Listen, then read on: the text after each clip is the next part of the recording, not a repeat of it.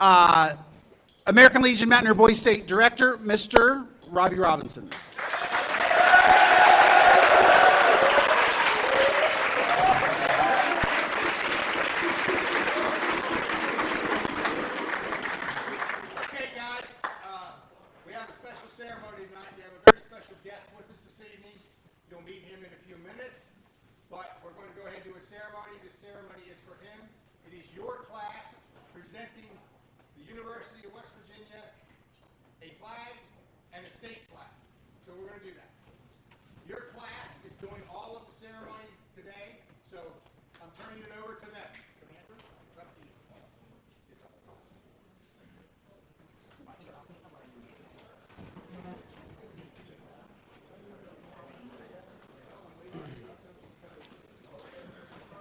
Attention to orders.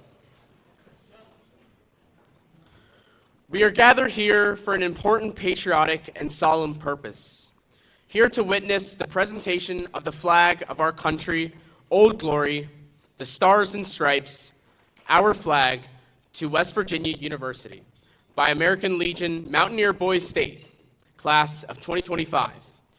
Sergeant at Arms, post the flag to be presented in front of this gathering.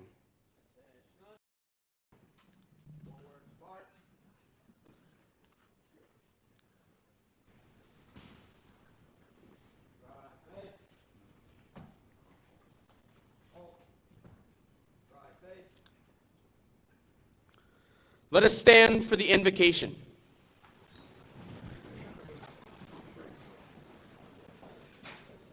Let us pray. Most gracious Father of us all, from whom comes all help and blessings, look upon us gathered here, and with thy favor, direct us in all our action. Grant to us vigilant hearts. Give us minds to know thee.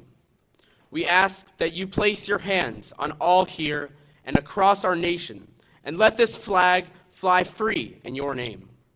Amen. Amen. You may be seated.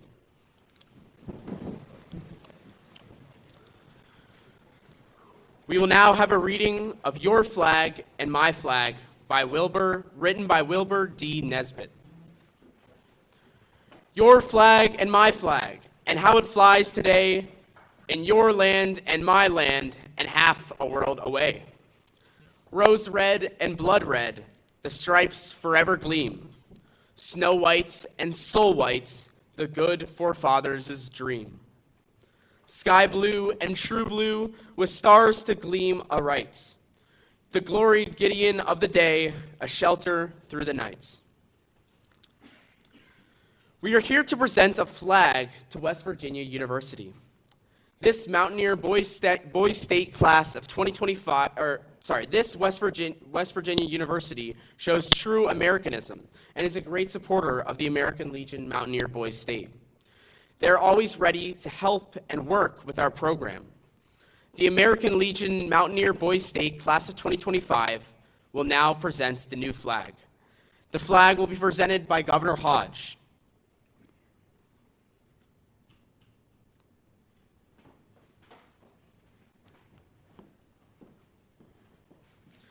It is a great privilege and pleasure to have the honor of presenting this beautiful symbol of our country, the flag of the United States of America, the Stars and Stripes, to West Virginia University, on behalf of the American Legion Mountaineer Boys State class of 2025.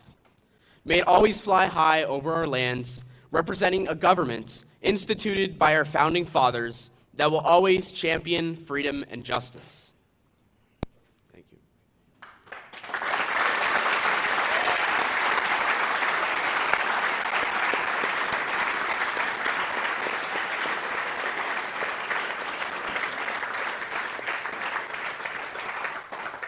It is also with honor and pride that this beautiful flag of the great state of West Virginia is also presented to West Virginia University on behalf of the American Legion Mountaineer Boys State class of 2025. May it ever remind you of her rolling hill, flowing rivers, majestic mountains, and that mountaineers are always free.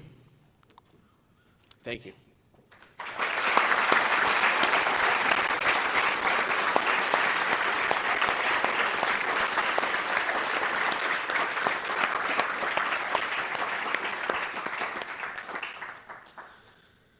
In honor of what we have witnessed here today, we will now honor America by reciting the Pledge of Allegiance to our flag.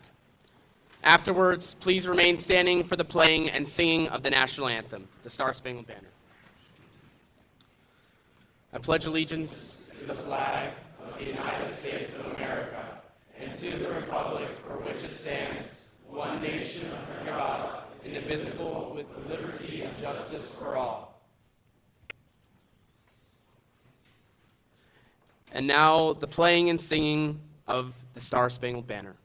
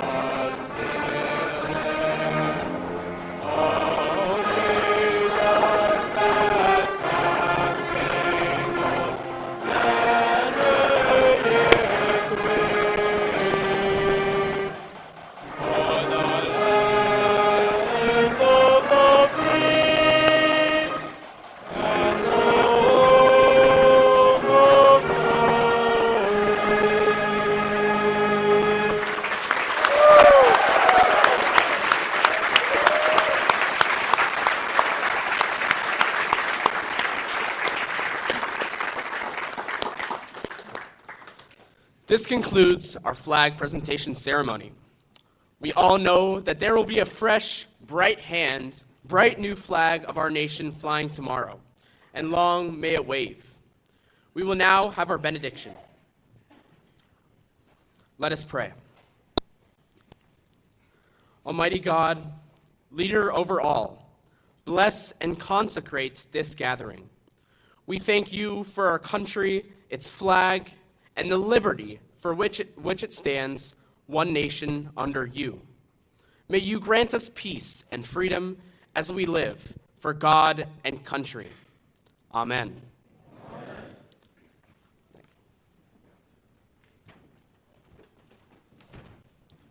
How about a round?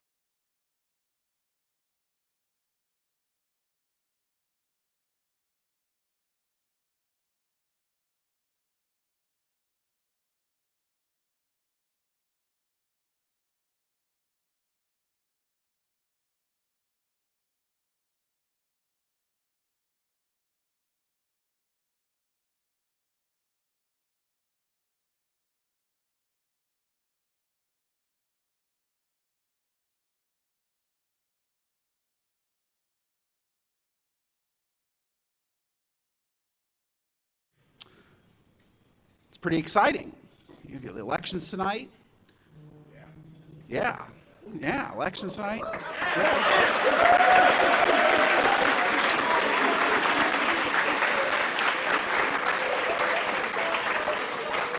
But before we get to the elections, gentlemen, tonight we are honored to welcome as our keynote speaker one of the most respected and recognizable leaders in American higher education, and a true friend not only to the people and promise of West Virginia, but also to Mountaineer Boys State. President Gee has spent more than 4 decades leading some of the most prestigious universities in the country, including the Ohio State University, Vanderbilt, Brown, the University of Colorado, but it is here in West Virginia, at West Virginia University, where he has served not once, but twice, and where he has poured his passion into building a brighter future for our state and being a tireless promoter of the land-grant mission of our state's flagship institution of higher education. He is a man of unmatched energy and absolutely unmistakable style, with his signature bow tie and his warm smile, and an unshakable belief in the power of higher education to transform lives and an entire state. Under President Gee's leadership, West Virginia University has grown its academic and research missions, achieved top-tier research status, expanded access to health care, and became a driving force in the state's economic revitalization. He contributed to the efforts of the unprecedented growth of West Virginia University Medicine, which has grown from 5 hospitals to more than 25 hospitals, and played a critical role in fundraising across the university, having brought in over $1 billion in support to support students, faculty, innovation, and the mission and vision of land-grant education in the state of West Virginia. But what sets President Gee apart isn't just his resume, it's his heart. He believes in young people, he believes in you here at Mountaineer Boys State, and he believes in the values this program teaches of leadership, service, citizenship, and character. And he knows the future of West Virginia and our nation depends on your strength and vision with you as the next generation. Gentlemen, we are privileged this evening to be among the last to hear from President Gee as his official role as the president of West Virginia University comes to a close. Please join me in giving a warm Mountaineer Boys State welcome to our guest speaker, the 24th and current president of West Virginia University, Dr. E. Gordon Gee.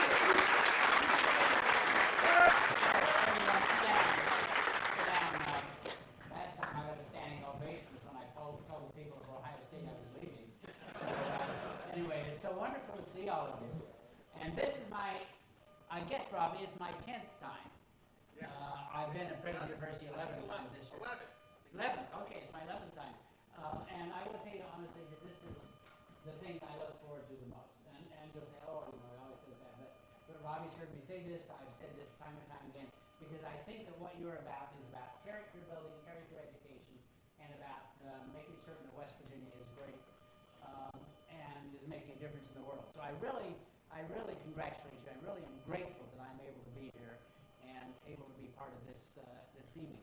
And as you heard, this is I guess it's my last time speaking here because I'm retiring in about 3 or 4 weeks. I've spent 45 years as university president. If you think about that. So my first presidency was West Virginia University in 1980. And then I was here for 5 years, went to the University of Colorado for 5 years, went to Ohio State for 7 years, then went to Brown for 3 years, Vanderbilt for 7 years, went back to Ohio State for 7 years, and then I retired. And I was teaching at Harvard University, and I got a call from the folks here, and they said, well, would you think about coming back? And I said, I'm so damn bored, I'll be there on Monday. It was horrible. I tell you something, and I've often told that story because of the fact that this is a special place for me, but it's a special place for all of you. West Virginia is a unique and really a wonderful place to live, to plant your flag. You know, my role as university president is to keep all of you here. I tell everyone we're going to build a fence around West Virginia and have Ohio pay for it. But I think I think what we need to do is we need to make certain you all stay here. So let me tell you something. Is there something going on here? Yeah. Okay. Well, maybe it's me. How does that sound, huh? Would you be okay using a handheld? Yeah, I'll be all right. Is this thing not working? No. Okay. Let me turn this thing on. I'll do this, guys. Let's just take this off. There you go. That's for the live stream.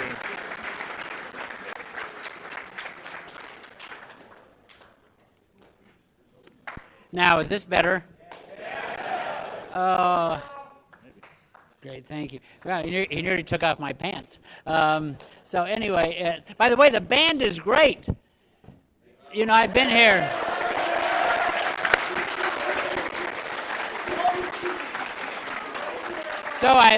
So I've been here, as I say, 11 years, and this is the best I've heard. That was great. Good for you guys. I'm glad you're doing so well. Well, anyway, so I've been around the world, but West Virginia is my home. This is where I'll live, and this is where I'll continue to work. But I'm so appreciative of the fact that I can be here. So one of the things that is really interesting is the fact that as university president, I'm with young people all the time, about 30,000 of them running around, and one of the things that I love to do is I love to go out late at night.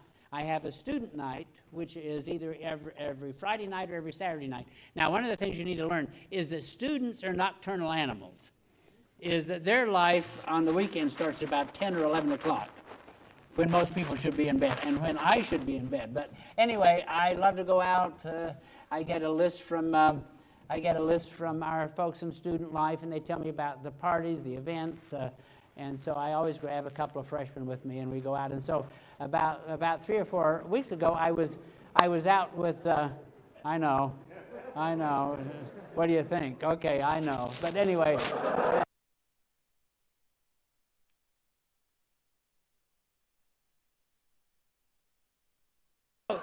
So I'm out. I'm leaving a pizza parlor about 10:30 at night, and these two kids are with me, and these two guys walked by, and one of them looked at me and they said, "Well, isn't that Gordon Gee?" And the one kid said, "Well, no, that's impossible. He's dead." I want you to know I am not dead. Retirement is not dying. I want to make that very clear. And then one of the things that I do like to do, I live on the university campus, and so I love to go down and eat with the students. So I went down to right down below where I live is our big bunch of residence halls called the Towers. And I was there this spring, and I was down there having a good time, and I sat down with a young lady, and I said to her, well, what year are you? I'm a freshman. Where are you from? I'm from New Jersey. I said, what are you studying? She said, I'm studying sociology. And I said, do you live here? And she said, yes. And I said, do you have a roommate? And she said, yes. And then she looked at me with this very direct stare, and she said, well, when you graduated from the university, did you have a roommate? And I said, yes, his name is Abraham Lincoln. And I thought she'd laugh. I thought she would, I thought she'd smile. But, oh, no. She looked at me, and then her eyes kind of rolled around, and I knew she was thinking she'd heard that name before. And then finally she said, did you guys get along? She's doing very well at Marshall right now, so I want you to know that. So anyway, as long as I'm doing this, let me tell you a couple of other stories. I over the last 4 or 5 years, I've co-chaired the college football playoff. Do I look like I know anything about college football? I don't. But here I am in charge of it, and it's been a mess. But it's been interesting. We just had this settlement that I hope will bring some structure to it. But the college football playoff was for years just 4 teams, and we decided we wanted to expand to 12 teams.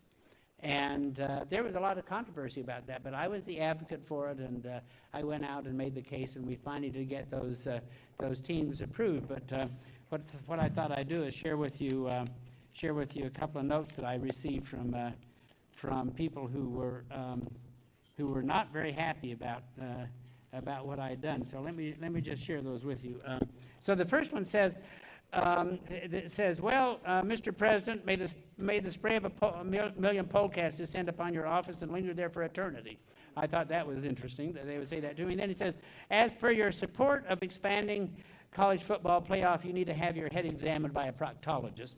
I received a letter from another fan from Brooklyn, New York, who sent me the following missive. Ray, West Virginia University Athletics and College Football Playoff. Dear Dr. Gee, you're an idiot. And then this is the one that I really enjoyed. It says, for doing your part in ruining college football for legions of fans, you suck. Well, this came in about 9:30 at night, and so I got it, and so I sent out a response. It was to Brian, and I sent out a response almost immediately. It said, "Dear Brian, I've just received this email supposedly from you. Someone must have your email account, which you should check." To which you replied, "Dear President Gee," all of a sudden I'm no longer an idiot. He said, "Dear President Gee, I had no idea you actually read your emails. Please do not withhold my diploma." It was a student of mine. He's still paying tuition. But this is the one I love. This is the one I love. I got this one this spring. It says, "Dear President Gee, I am planning a spring break trip with my best friends from the University of Cincinnati, and we have enlisted 6 female cheerleaders to join us for the whole week in sunny Miami. But when we went to book flights, you can imagine my disappointment to find out that our colleges had conflicting spring break schedules. I'm writing to ask if you could push West Virginia University's spring break back a week. You're the only one with the power to help make a 19-year-old man's dream come true of a half dozen girls."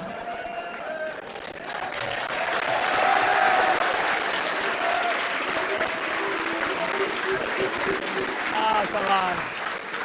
Yeah, it says, "You're the only one with the power to make a 19-year-old man's dream come true of a half dozen girls in a remote beach house 1,200 miles away." And then this is what I thought was fun. It says, "Of course, if you help out, you're more than welcome to join us."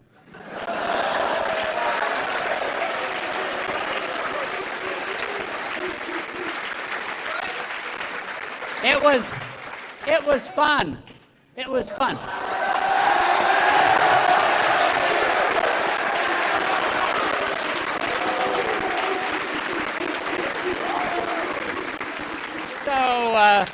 So enough of that, huh? So anyway, yeah, whoever you are, you're not coming to my university. But anyway, let me tell you a couple of things. So I'm here to talk a little bit about leadership, because this is a leadership academy. This is an opportunity for all of you to grow and flourish. You're going to have your elections. Is that right? They're having their elections this evening. Is it for everyone, or is it just for certain?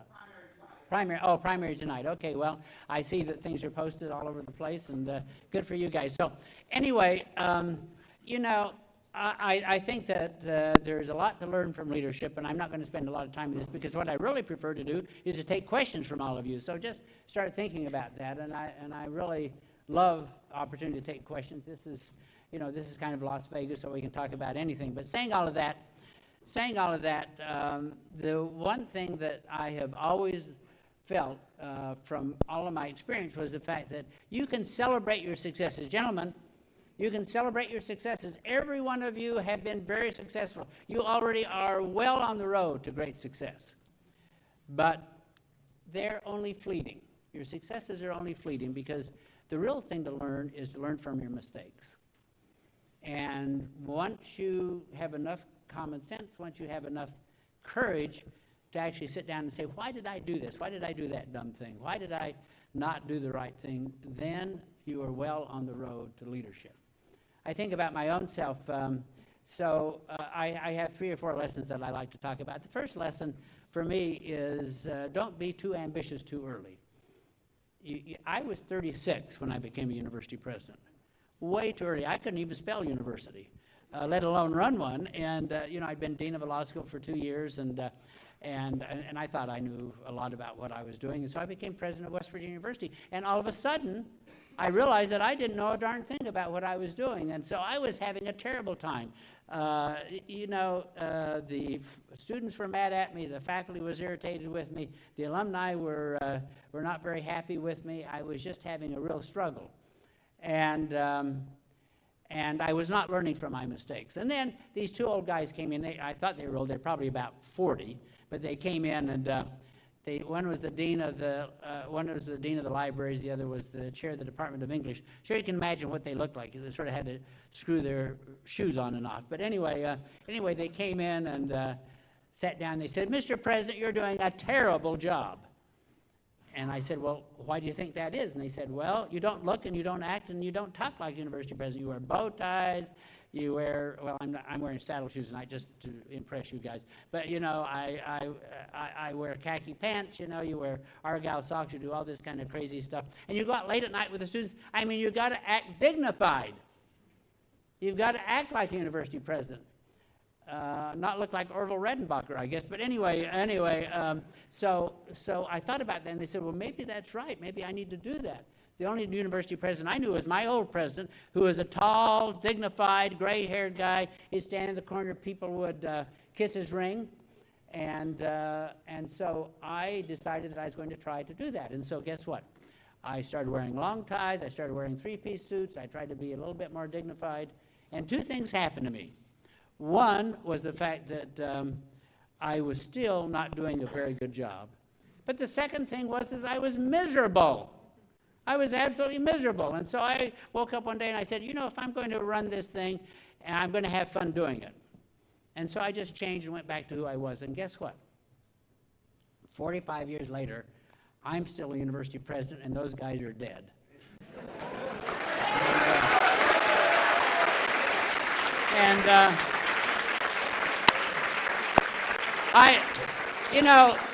I love to tell that story because of the fact that I learned something from there, and that is the fact that every one of us have God-given talents. Every one of us have God-given abilities. Every one of us have responsibilities and opportunities like you could possibly imagine. But the most important thing is the fact to learn to be yourself.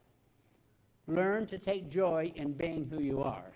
Don't let other people define you. And you know, in this Z generation, where we have social media, all of these things, TikTok, you know, Instagram, every other thing you can possibly imagine, it defines you if you let it. Do not let it define you. You want to be yourself. Don't let other people define you. The second lesson is that I think is very important is to make certain that you get comfortable with who you are and what you represent. And I just said that, but I want you to think about this. I tell the funny story. When I was the president of Ohio State the first time around, my assistant came in to me and she said, well, listen, you need to go to the men's room. I really didn't, but you know, you do what your assistant says. I went down there and there was this hot air blower. You've seen them, you know, where you put your hands on it, and so and you press on it, and hot air comes out. But up above it, there was a little sign that said, "Push and talk to President." Oh, come on, catch on here, guys. The whole point is the fact that, you know, someone thought that I was being too full of it. And how many times have you been around people? You know, the more that they get responsibility, the more that they think that they are smart. If you think you're the smartest guy in the room, you're in the wrong room. You've got to learn to make certain that you have humility and listening very carefully to everyone who's behind you, because if you do that, I can assure you that you're going to have a lot of success. The other thing is this, I think it's very important to be serious. You know, you all will have serious jobs. You'll all have serious work. You'll all have serious opportunities to make a difference in other people's lives. And take that seriously. But don't take yourself too seriously. Again, how many of you have met people who take themselves so seriously that they've lost their ability to be able to connect with the human race, lost their ability to be able to connect with each other, lost their ability to be able to really lead, because of the fact that they're trying to lead themselves. Be serious, but don't take yourself too seriously. The final one that I like to talk about for all of you is this, and that is that I think the three ingredients for success as a leader are three things. One, have a very thick skin. Two, have a sense of humor. And three, have nerves like sewer pipes. And all of those are important, so let me talk about that. So first of all, have thick skin. How many of you are going to have people say negative things about you? Yeah, everyone raise their hand. Everyone's going to say negative things about everyone. And that is just the nature of the world we're in. And if you let that bother you, then you have failed. Because remember this, you do not want to take advice from people from whom you would also not take consequences. You do not want to be in a position where you are constantly believing that other people are telling you what to do, and that's what you need to do. That is the formula for distress. Never, ever let people define who you are by talking about you on social media. You have to have a thick skin. Secondly of all, in that regard, when you make a decision, everyone's going to criticize you. I have been criticized so many times. I don't read social media. That's the reason I don't, is the fact that if I did, I would never get up in the morning. Because everything you do, everyone knows how to do your job better than you do. That's because they don't do your job. That's because they don't have your responsibility. If they had the same amount of information, gentlemen, that you have, they would make the same decision. But they don't, and they don't have any responsibility. So I think that's important. The second thing is, make certain you have a good sense of humor. Laugh at yourself. If you can't laugh with yourself and at yourself, you're going to have a very long journey. I remember one time that I was giving a speech at the University of Colorado to a gathering of alumni, about 400 or 500 people in Colorado Springs. And University of Colorado was playing the University of Nebraska in a great football game. Nebraska was ranked number 1 and we were ranked number 2. And so I got up and I was talking about our football team, and then I said, well, I know what the N on the Nebraska helmet stands for, which is knowledge, and that I know. And then on their shoes they had printed toes first, and on their helmet this end up. I thought it was funny. Unfortunately, it was published in the local newspaper, and then it was published in the Nebraska Star Times, and I discovered 2 things about Nebraskans. One is the fact that they love their football team, and 2, they have no sense of humor. It was horrible. I hardly survived. Have a sense of humor, and if you make a mistake, then own up to it also, but enjoy yourself. The final thing, when I say have nerves like sewer pipes, when I was the president of Ohio State the second time around, I walked out of my office one day, and there were these guys digging this big hole, and I said, what are you doing? They said, well, we're taking up the sewers. The institution has gotten too big. There were 65,000 students at that time, and it's gotten too big. And I said, well, isn't this still working? They said, yes, but we need to put in new ones. But for 100 years, those sewer pipes had lasted and done very well. And that, to me, was sort of a life's lesson, because you need to, when you make a decision, learn to live by your decision.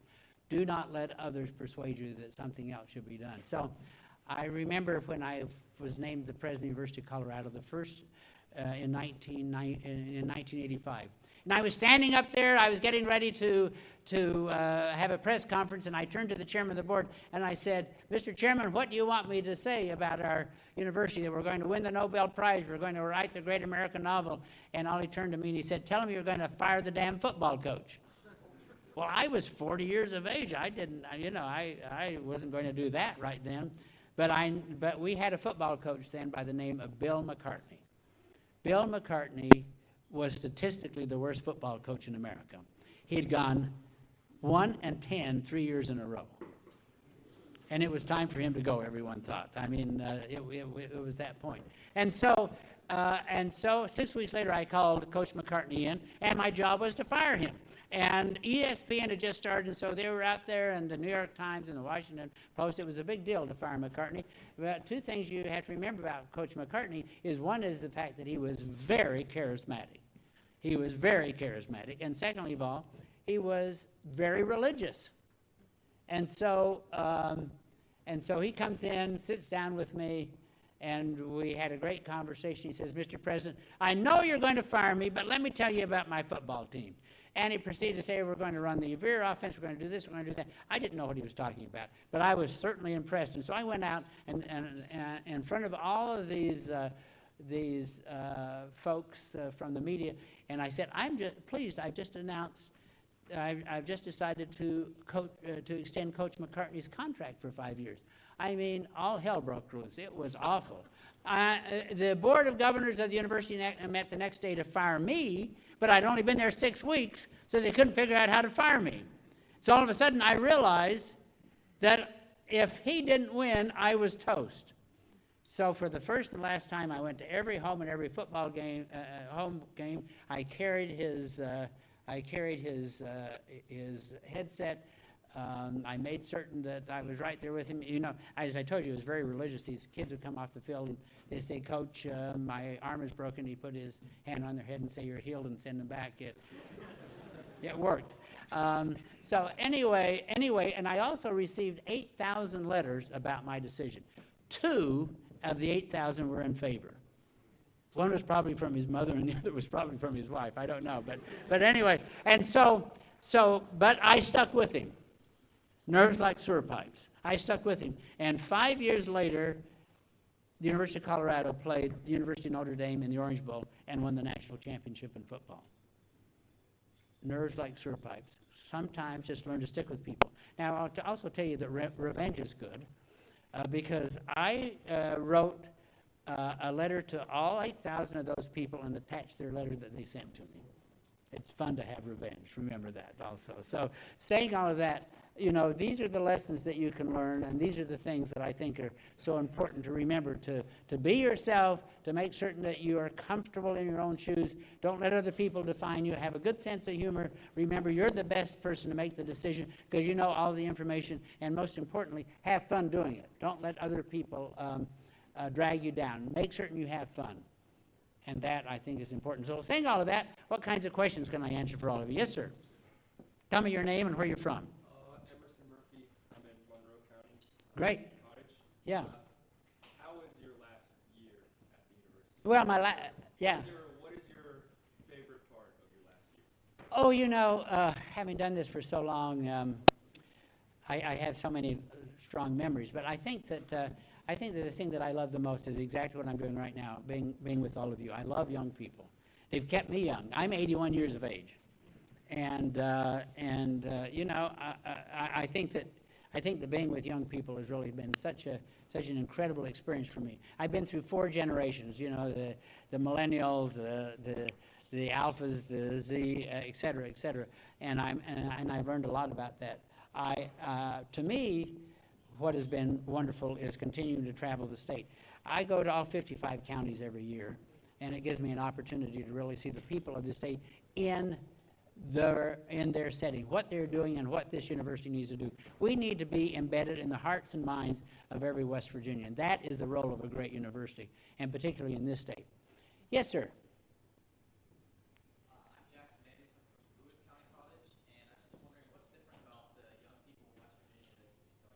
You know, it's funny. I was talking to a person today from Ohio, actually, and I said, "How is this orientation been?" It was at New Student Orientation, and he said, "You know, I have a son at Penn State. I have a son at Ohio University. I have a son at Northwestern. He had 3 sons, and then his 4th was a daughter." And he said, "You know, what I love about this place, and the reason we're so glad that my daughter is here, the people are kind. The people care about each other. The people say thank you. The people will not honk at you if you're running slow on the street." All of those things. You know, the point is I love living in a place in which people like each other, and in people like what they are doing, and like the fact that we're all here together and we're trying to make a difference. There's not a lot of division in the state. I mean, we do have political divisions, but we do not have the fundamental division, which is that this is a great nation, we're patriotic, and we believe in our future, and I think that's important. Hi, yes, sir. Yeah, my name is Alvaro Yemba. I'm an adult, and my question is, what are you looking forward to most this year? When I graduate, so to speak. What are you looking forward to most this next school year? Oh, next year? Okay, well, you know, I haven't quite decided exactly what I'm going to do. You know, I think after you've done what I've done for 45 years, which means that my life has been planned 24/7, every half hour. And so if you just stop cold turkey, I would probably end up in a ditch somewhere. And so I'm looking forward to doing some teaching, both at the university, but at other places. I've been invited to other places to do a little lecturing, to spend time. I have identical twin granddaughters who are 12, and I'm looking forward to being part of their lives. And so I think that I have a plan, but I've been so devoted to finishing my term here that I haven't thought too much about it. But I think that I better start thinking, right? Yeah. Yes.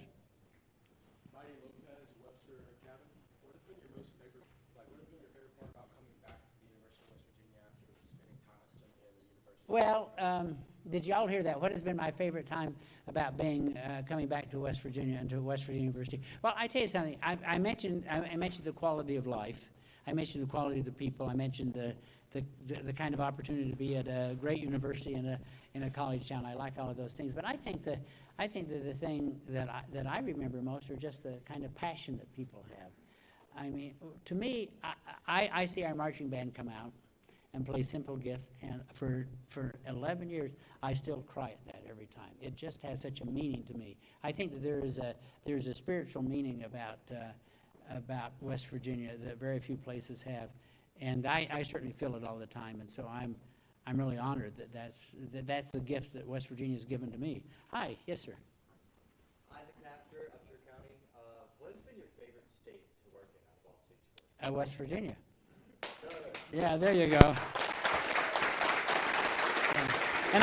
And by the way, I'm not just being nice. If you asked me to rank the institution I've worked at, probably I would go this way. I would say that from bottom to top, Brown was an Ivy League institution, and everyone thinks that being a president of an Ivy League institution is important. It was interesting, but I did not enjoy it very much. The next was the University of Colorado. Then moving up was Vanderbilt, then Ohio State, and then West Virginia University. So I've worked at a lot of great places. They're all wonderful, but this is my home. This is where I'm going to live, and this is where I planted my flag. Hi. Theo Atkinson from Panhandle.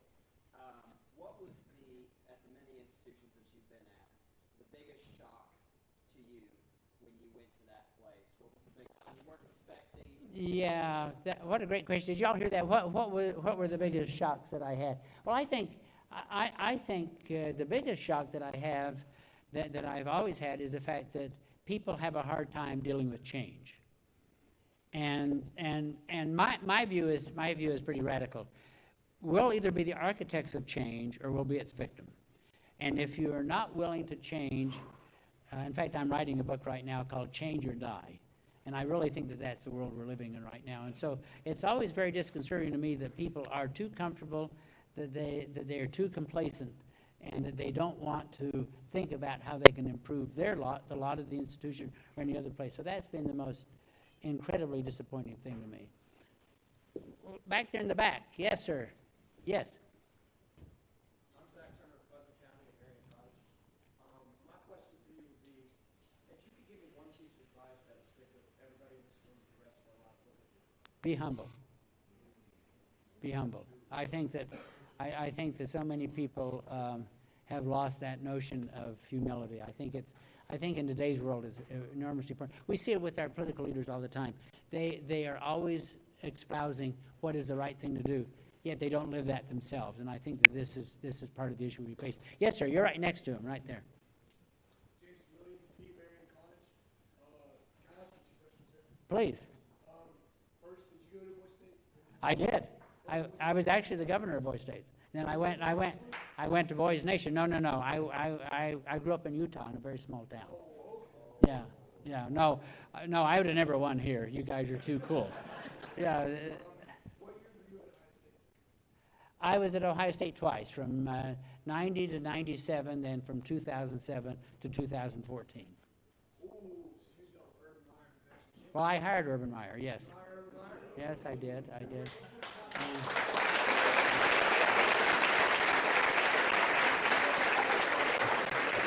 Yeah, well, I've fired and I've hired a lot of great people. At the same time, the reason I hired Urban Meyer was when I was there, Ohio State won the national championship with Jim Tressel. And then I turned around and fired Jim Tressel. Have you ever thought about firing a national championship coach? It wasn't easy. And, and I'm 5'5" and 140 pounds. It wasn't pretty.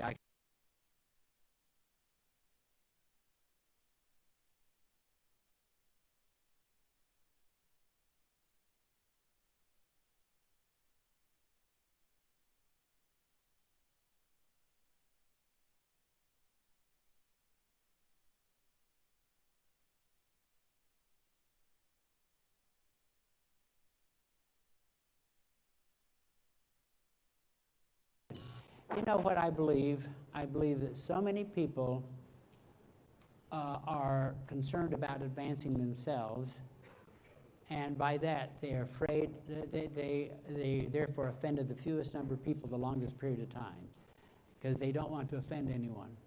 I believe that that is not leadership. I believe that that's a passive relationship. And so many people that we have in leadership, whether it be in universities or in corporations or anywhere else, they are constantly taking a look and saying, am I going to offend someone? I think the answer, the question you have to ask is, am I going to do the right damn thing? And that requires nerves like stir pipes.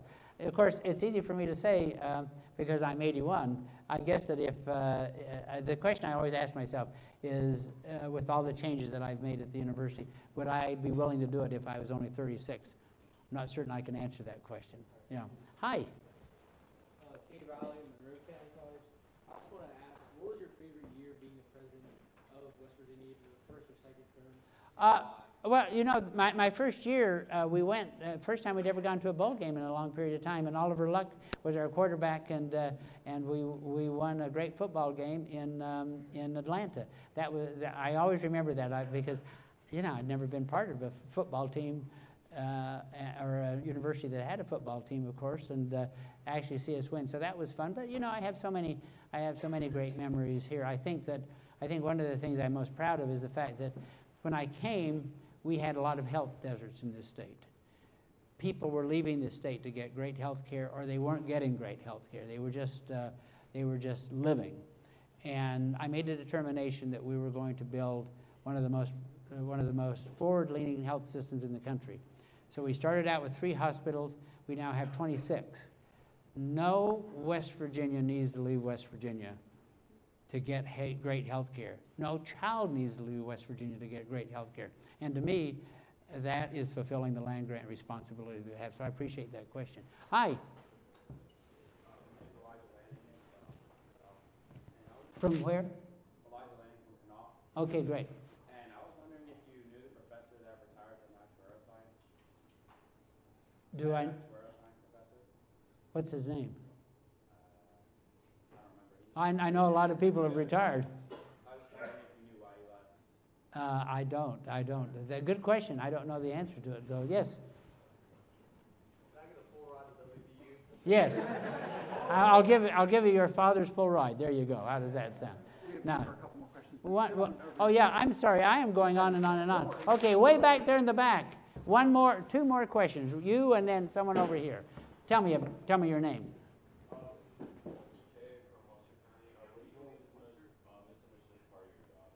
The most misunderstood part of my job? I think everyone thinks that you actually run the university. You know, that you make a decision and then everyone salutes the flag. The truth of the matter is that leadership, particularly in a university, is that once you make a decision, you have to persuade people that's the right thing to do. So in some ways, you're constantly conducting a political campaign.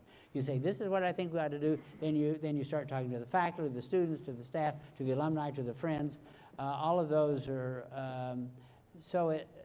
you know, it's a position in which you have a lot of power, but not a lot of authority, and I think that that's important.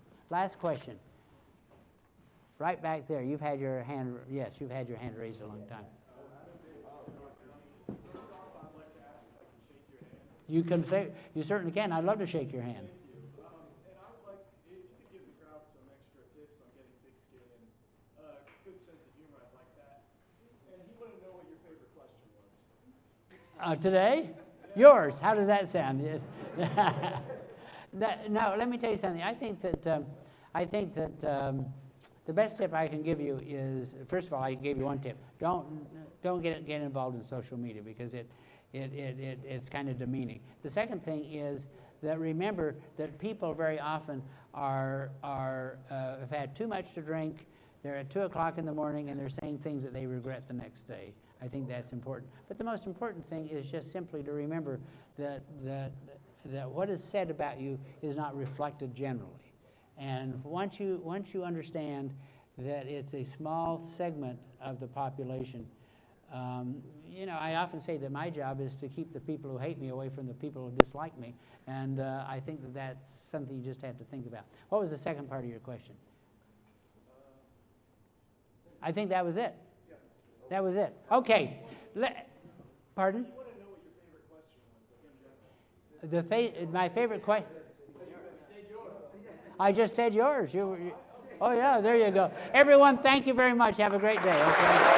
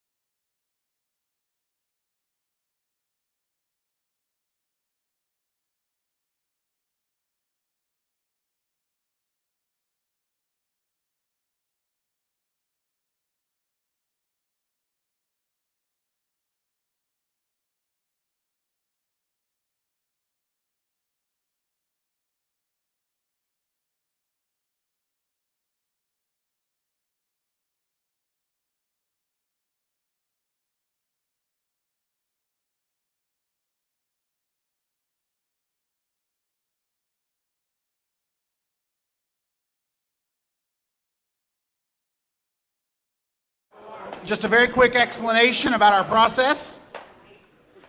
So we have all of our Supreme Court Justice candidates lined up.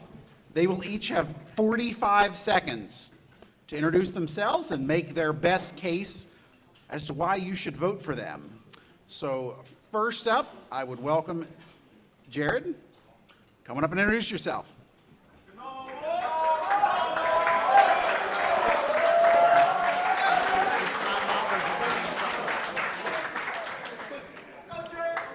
Hello? Hello? Still gonna hold it? Hold on.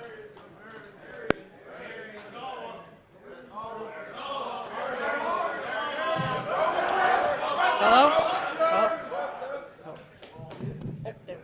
Okay, well, I am Joe Tulowski. As you probably heard, I'm from the Kanawha Cabin. Now, most people are going to probably talk about how much they love law, how much they've done law, how qualified they are. But what I really want to talk about is, why is law important? Why are laws important? Laws weren't made to serve the people up top, the people in charge. They were served to protect all of us, the citizens. Those are who the laws serve. So you need someone who can protect the laws, put them in place, and make sure that they protect us. They protect all the citizens. The judges are there to protect you. Make sure the laws protect you. And remember, when you get in the ballot, one vote, one man, one judge. Vote Jared Tulowski.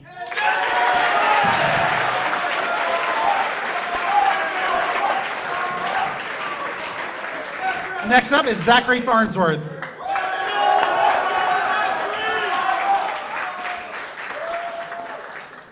Hello everyone, I'm Zachary Farnsworth and I'm from Kanawha County, and I'm running for the position of Supreme Court Justice. Judges are supposed to be fair and unbiased, and if you elect me for Supreme Court Justice here at Boise State, I promise that I will treat citizens from each party the same, regardless of their different backgrounds. No one here at Boise State deserves to be wrongfully prosecuted for or wrongfully convicted of a crime that they did not commit. And if you elect me as the Supreme Court Justice here at Boise State, I promise you that I will ensure that each citizen here is treated fairly and granted the rights that they are granted by the Boise State Constitution. If you do not want to waste your week here at Boise State in jail for a crime that you did not commit, then elect Zachary Farnsworth for Supreme Court Justice, and I will ensure that justice is served fairly for all.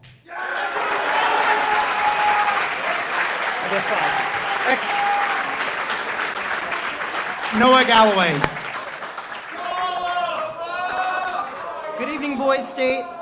I'm running for Supreme Court Justice to serve the citizen body and uphold your constitutional rights. I understand that this is a daunting and challenging profession, and I promise that I will work within the bounds of the law to make this a more accessible profession for everyone next year who's campaigning and wants to run. If you'll have me. Noah Galloway, thank you.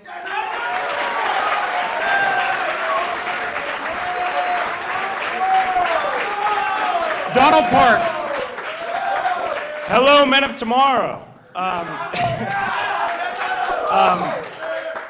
Please put away all party lines and county lines, and I will put them away too, to be one of 5 impartial Supreme Court justices for 2025 Boise State.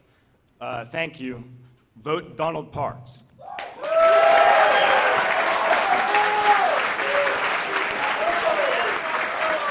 Maddox Swisher. I'm Maddox Swisher from Monroe Cabin. Thank you. Now there's a lot of people here. You got a lot of votes to pick. I pray for you guys. Not gonna lie. I'm not gonna be able to differentiate myself from any of those guys because they're all smart, great leaders. And I'm not gonna make any promises like most of them will. Just give me a chance to show you who I am, and I promise, lying, I will show you how great of a judge I will be for you. Thank you, Maddox Swisher.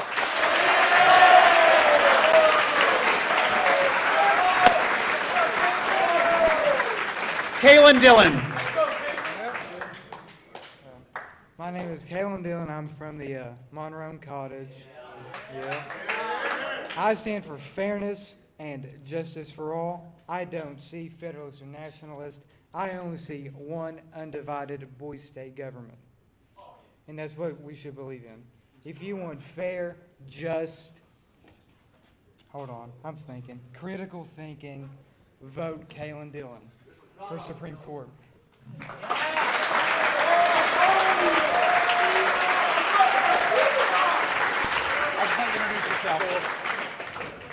Hi, I'm Elijah Hasty, runner for Supreme Court.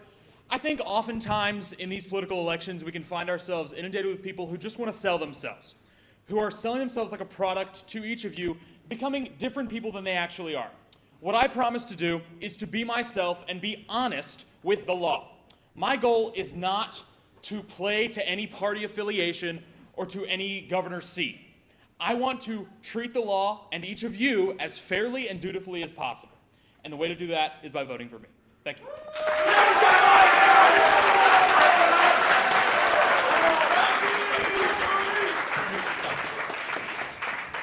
Hello, everyone. My name is Brody Hammers from Panhandle.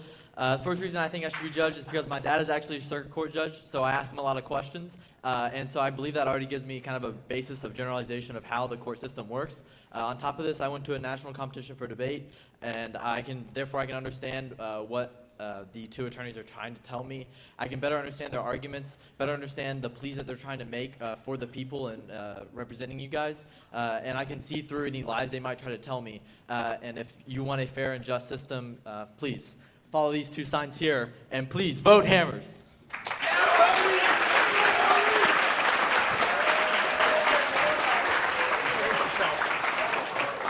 Good evening, gentlemen of the electorate. My name is Lars Youngstrom from Panhandle County, and I want to be a Supreme Court Justice. I care about 5 things, and 5 things only as a Supreme Court Justice: the United States Constitution, the West Virginia Constitution, the laws of West Virginia, the Boys State Code, and federal law. Other than that, nothing matters. I will treat you as a prosecutor, as a defendant, as the government, as an individual, entirely the same. There will be no federalist lines, no nationalist lines. It'll be completely neutral. I'm excited to be, if you elect me, the Justice of West Virginia, one of the 5 Supreme Justices of West Virginia. Thank you. Vote Lars Youngstrom.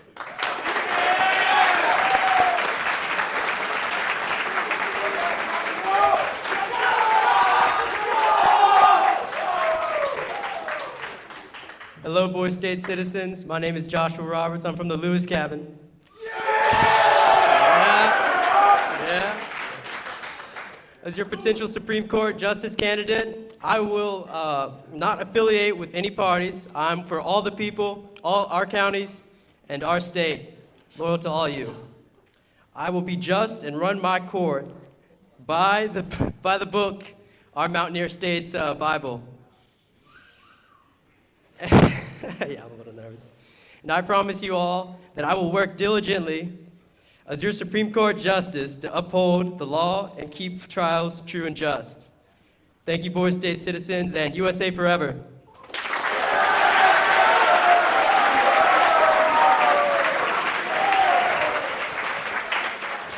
Hey guys, my name is Ross Hicks, and I am from Lewis County, and the reason I'm so set on becoming a Supreme Court just comes down to that, justice. Everyone in this state and nation is entitled to fair treatment and unbiased judging in the court, regardless of our differences. And on that court, I promise to uphold this right and operate to my best possible ability to ensure every single action, every single citizen receives completely fair and accurate judging with no piece of evidence or claim left unchecked. I just really would appreciate y'all's vote. And one last thing, shout out our man Randall in that corner there.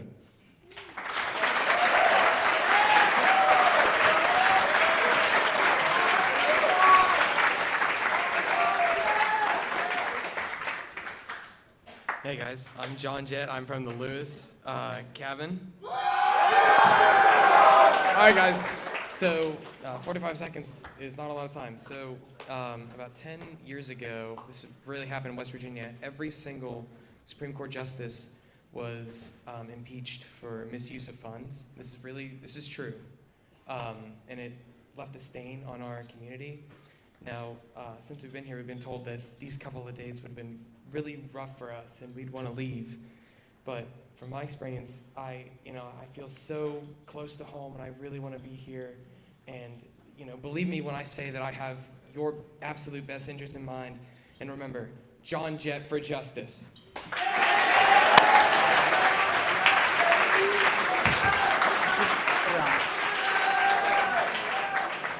What's up, y'all? I'm Linton Zhang. I wasn't really prepared for this because I was expecting this tomorrow, so I'm kind of winging it here. I don't know much about law besides reading it out of a law book that I bought for like $5, Word of the Wise, and I'm not that wise. Do not buy that law book.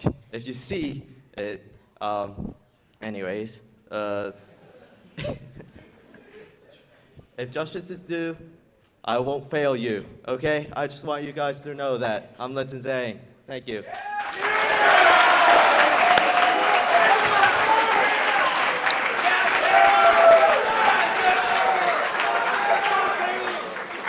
Hey everybody, my name's Taylor Jones and I'm coming at this with a lot of passion for every single person in this room and the legal system that binds us. I'm asking you to look past the political party because this is a nonpartisan election. And I don't really like to talk about myself, but real briefly, I'm going to talk about why I'm qualified. I'm the speech and debate captain at my school. I'm the student body president, and I have actual experience in the legal system because I work with an organization called PEP in drug prevention, and we very frequently deal with the legal system. Beyond that, I'm actually going to talk about what I want to do. So first off, I want to ensure actual checks and balances across the board.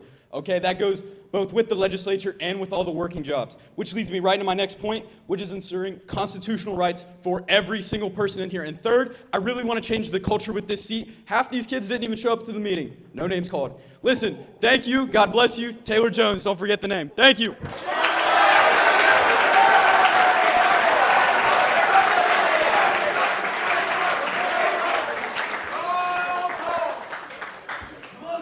I think we might need a battery break. Hold on.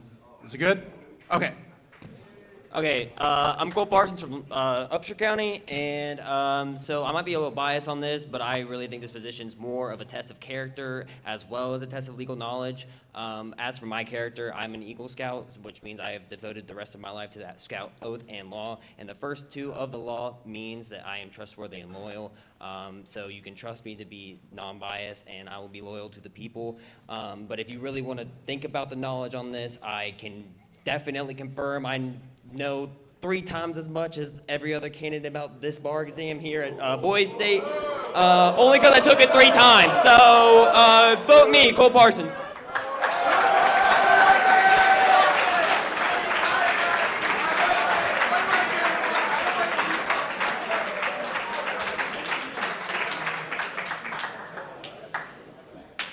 All right, I'm Aiden Samasco, and I'd be honored to be one of the 5 justices serving you here. I'm all about fairness, so no meaning on biases, no parties, no opinions. It's about discipline and making decisions based on fact, not pressure, not popularity. The job of justice isn't just to lead the crowd. It's about upholding the law and protecting the amazing system we're building here together. I'll listen and rule with integrity, and if that's what you expect from your justices, then I'm kindly asking for your vote. Remember, hot like Tabasco, vote Aiden Samasco. Thank you.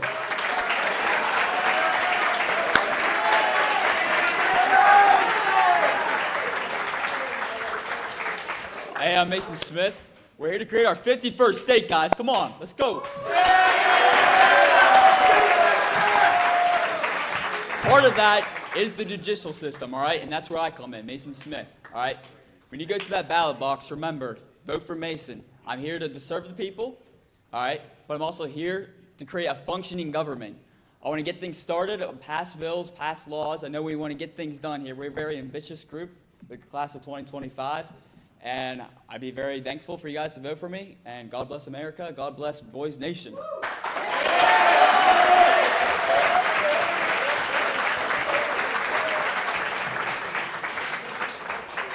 My name is Maddox McKay. I'm from Upshur. I believe that our judicial system has been beholden to bad actors for far too long. Imagine an employer fires you without reason, or that a judge makes a ruling based off partisan ideology instead of law, or that a politician makes a law that infringes on your constitutional rights, I don't believe that these guys should allow or have a justice let them screw you over. So please vote Maddox McKay to make them pay.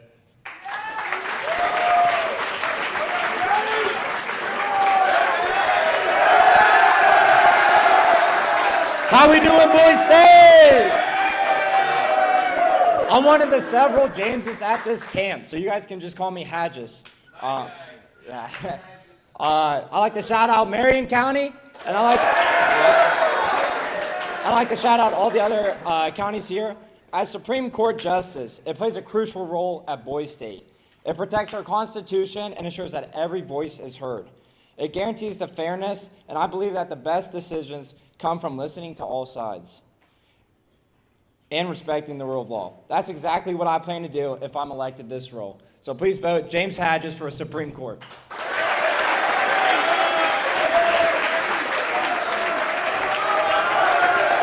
Let's go, Marion! Yeah! All right. I am a Marion County person. I'm also a proud Federalist.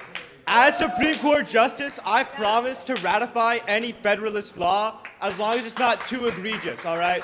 You gotta keep it kind of realistic. Yeah, so nationalists over there are salty because they're not gonna win. All right. Other than that, let's go Marion, let's go Boys State, let's go Feds.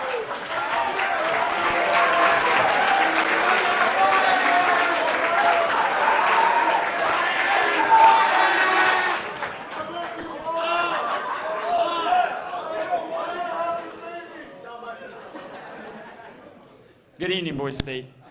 My name is Wyatt Roy, and I'm from Marion Cottage. I'm running for one of the 5 justices in the Supreme Court.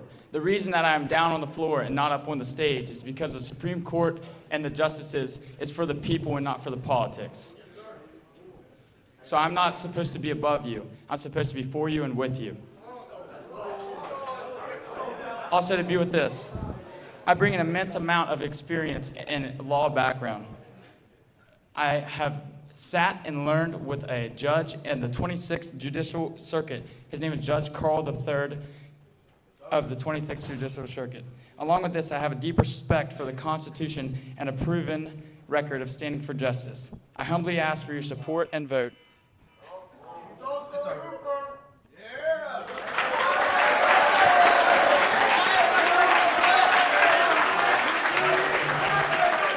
Hello, fellow Boys State boys. I'm here to represent myself as the Supreme Court Justice. Wait, no, that's wrong. I'm here to represent you all as Supreme Court Justice. I don't care what your characteristics are or your uniqueness. I believe a voice and their soul and their body should have their possibility of making it into possible reality. I believe I am eligible for this role most likely because I understand that laws, policies, and more others can affect many people of many backgrounds. But I think I understand backgrounds a lot. I'm fairly, but yeah.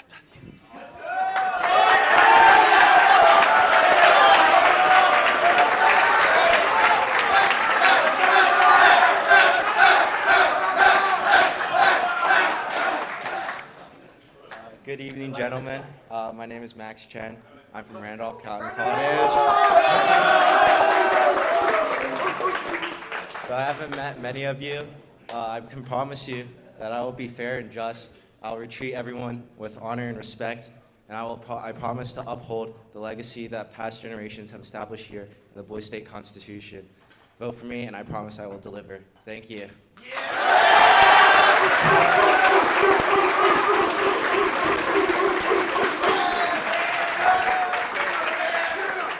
My name is Alex Card, and I'm running for Supreme Court Justice. I don't care what color your name tag is. I will serve all of you equally. I don't care. Hold on. Are you? Yep, you're good. We can start over. All right. That's better. My name is Alex Card, I'm running for Supreme Court Justice. I don't care what color your name tag is, if you're a Federalist or a natural, or a whatever it is. I don't care what your beliefs are. I believe justice is fair to everyone. When you go to the polls today, remember, justice isn't a gamble. You play the card that wins. Vote Alex Card.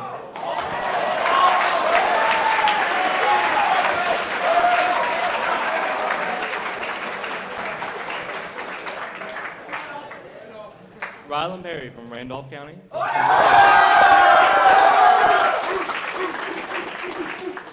Honesty, integrity, and kindness are three of the largest qualities of character that I learned during my 9 years as a Beta Club member, including 1 year serving as the state president. And I'd like to say that without those, the law means nothing. The law is a game that has to be played one way or another, and if you don't play it with certain characteristics of certain honest characteristics, then you're going to fail.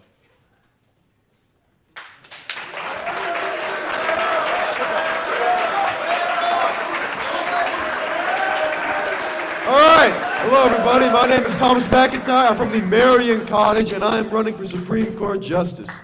Let me preface this by saying how much of an honor it is to be among you all. We're all here at Boys State because we are the best of the best.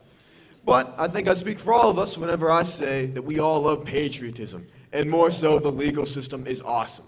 Because, one moment, everybody, yes everybody, is created equal.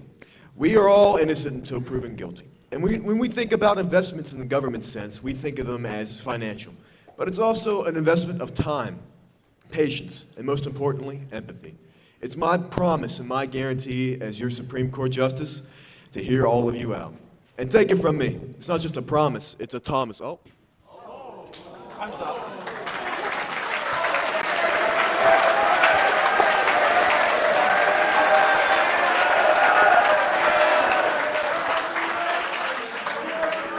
Hello, everyone. My name is Gavin Spatafor, and I'm a proud member of the Marion Cottage.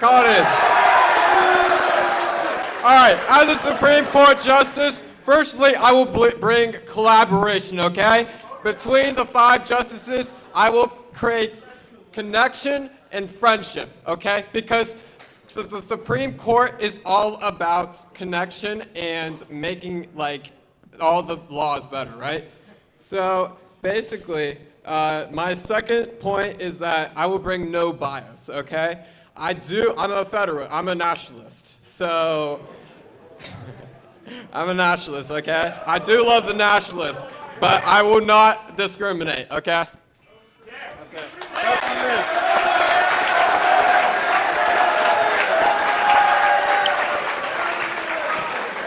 I know that was rapid fire, but make sure, give them a round of applause.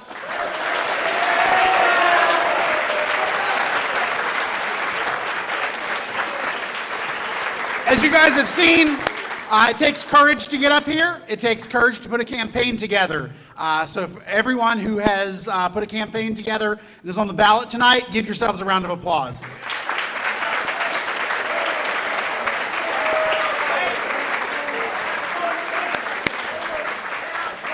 At this time, I'm going to introduce our political process coordinator, Mr. Austin Komposky, to go over voting procedure and what you guys